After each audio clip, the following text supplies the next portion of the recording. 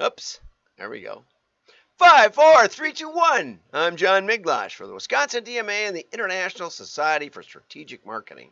And let's start off with the important stuff right off the bat. We've got a spring meetup today, and we've got about 20 people registered, which is too many, so don't sign up. Don't you sign up. Don't go to the WDMA and sign up, and I don't want to see you there because we got too many people. It won't be any fun if we have too many people. But if you want to come, it's fine. It's casual. Drop in for a little while or a long time. David Rosendahl, famous David Rosendahl in the print industry, is signed up. Grant Johnson, one of the stalwarts of the WDMA for decades, is also registered. And there's a couple other celebrities that I can't remember. I'm not signed up because I'm going to be there whether you like it or not. But if you want to say hi and you want to get to know me a little better, the style consultant's running it, so I won't be able to talk as much as I'd like. But I get to talk now. So if you want to come, you get the Zoom link over here.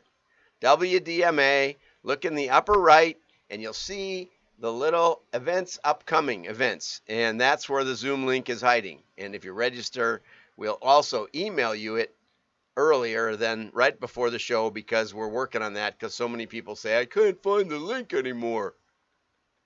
Well, so far, if you go back to the WDMA, you can always find that link. It's a special high-powered Zoom link. So let's get digged into Tom Fishburne. Advertising without cookies.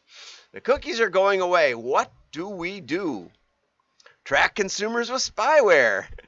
Use facial recognition drones. Hijack their device cameras. Install RFID chip implants in your skin. Yeah, okay. How about we respect their privacy and move away from micro-targeting? What an idea.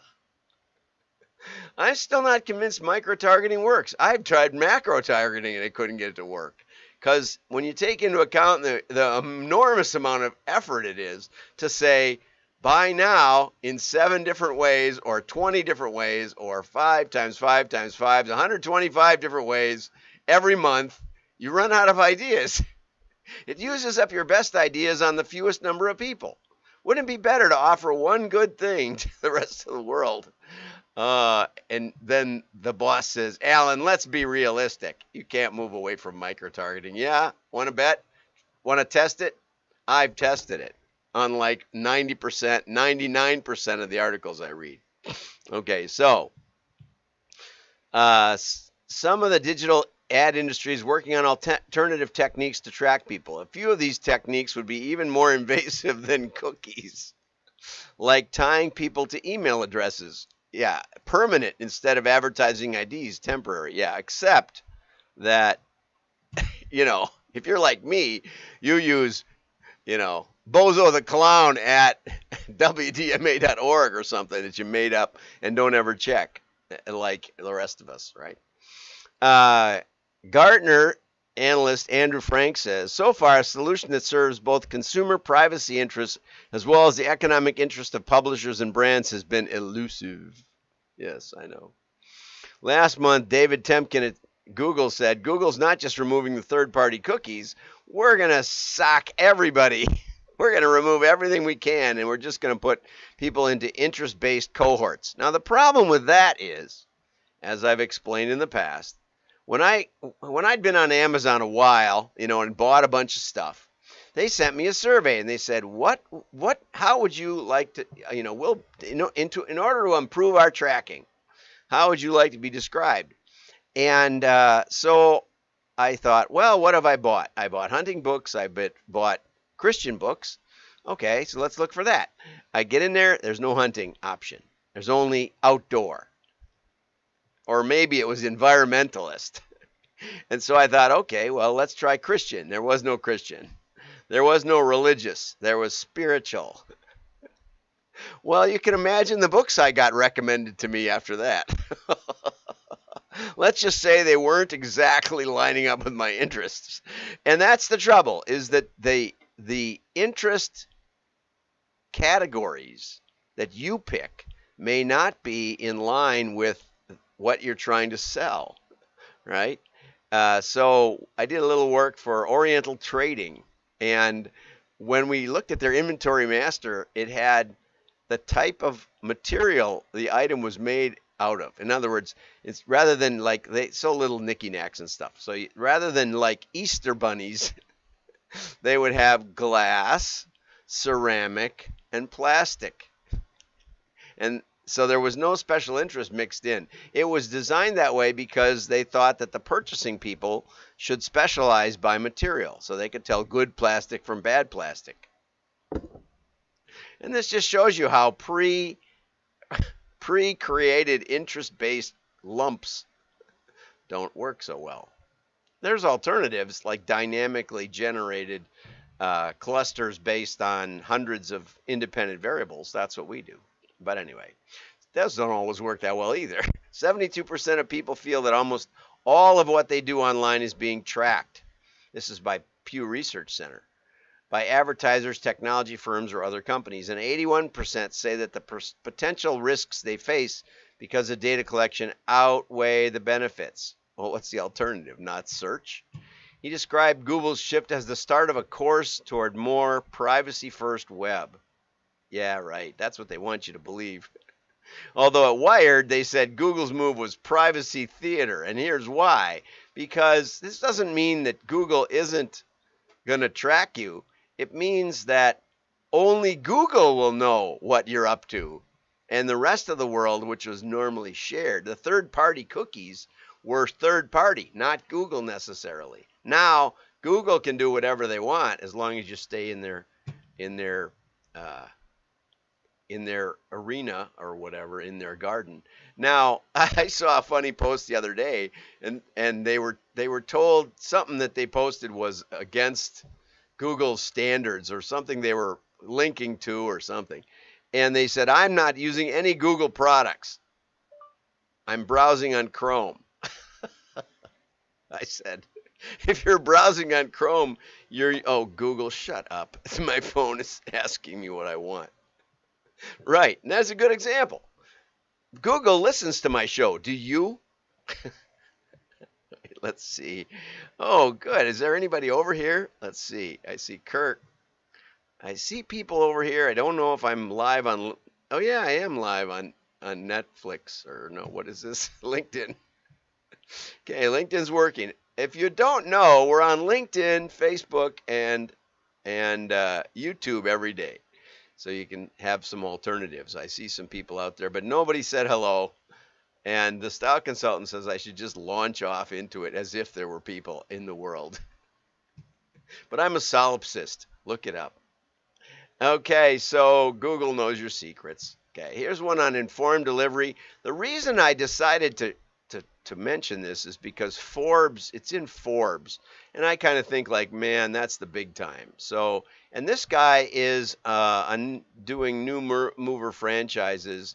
And so he's not exactly direct mail. And he says that he actually does use informed delivery, which I think is nice.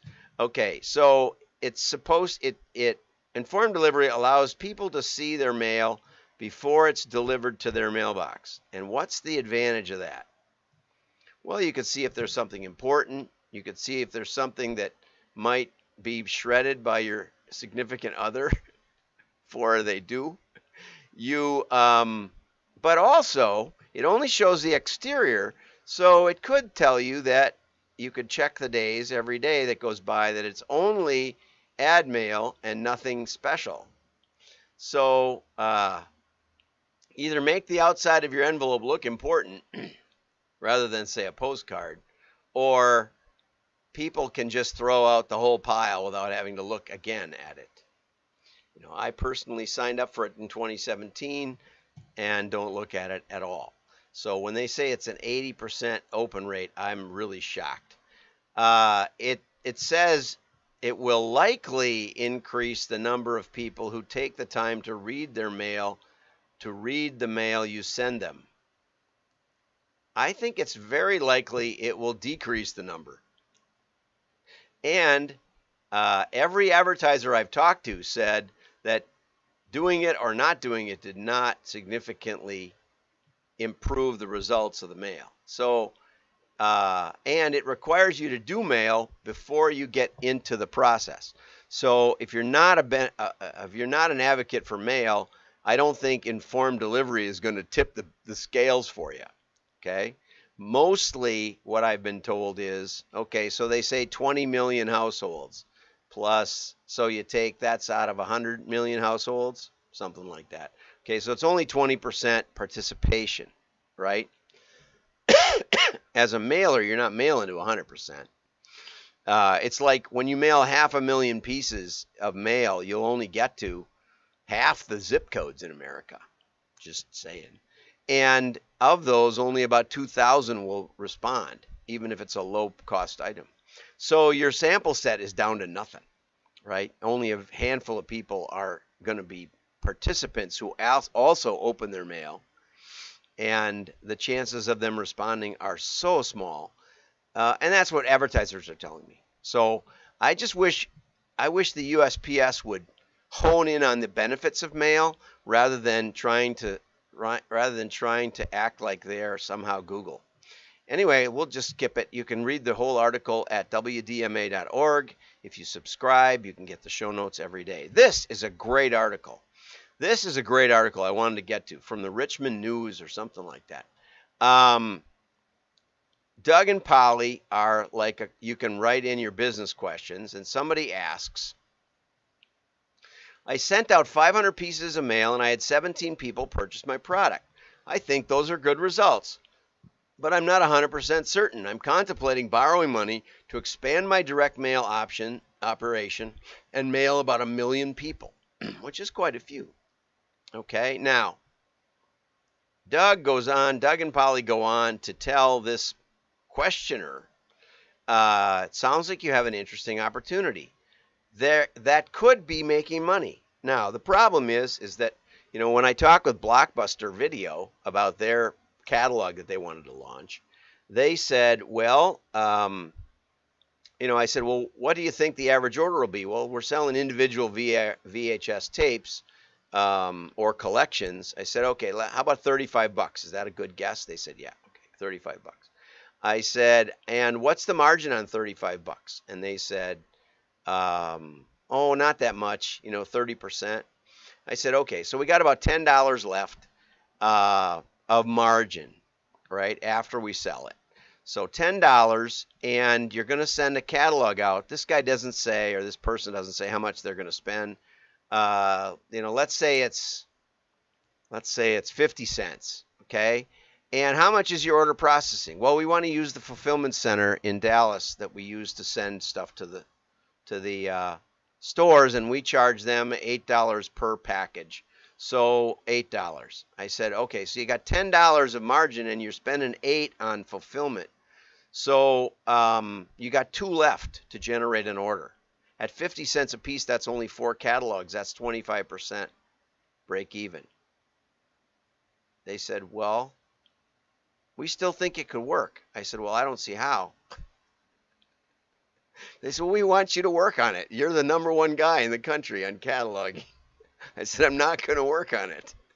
So the #2 guy from Blockbuster flew up to see me. Well, first the IT guy flew up, the main IT guy at Blockbuster, to see if I was actually capable of handling the data, because they had 25 or 27 million households. The IT guy said, oh, yeah, they can handle it. They don't have any trouble with that. All the data that we've got, they can handle it all, which was pretty impressive in the mid-90s. And then the #2 guy flew up, and I couldn't find him at the airport. That was before cell phones, I think.